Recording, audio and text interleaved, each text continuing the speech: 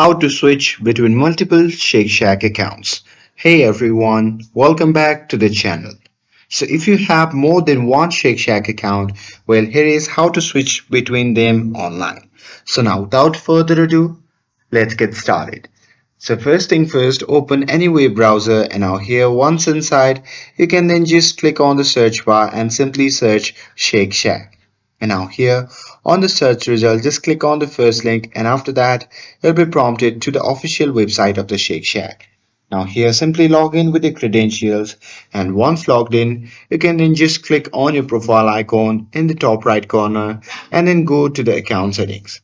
And there you simply have to sign out of the current account and then click sign in again to enter your second Shake Shack account credential. And there once signed in, you'll have full access to the second account's orders, rewards and saved payment method. And with that, just a pro tip is that you can keep track of which email is linked to each account to avoid confusion when ordering or redeeming rewards. And that's it. Switching between Shake Shack accounts is easy.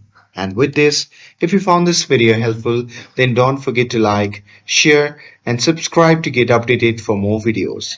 Thanks for watching, and I'll see you in the next video.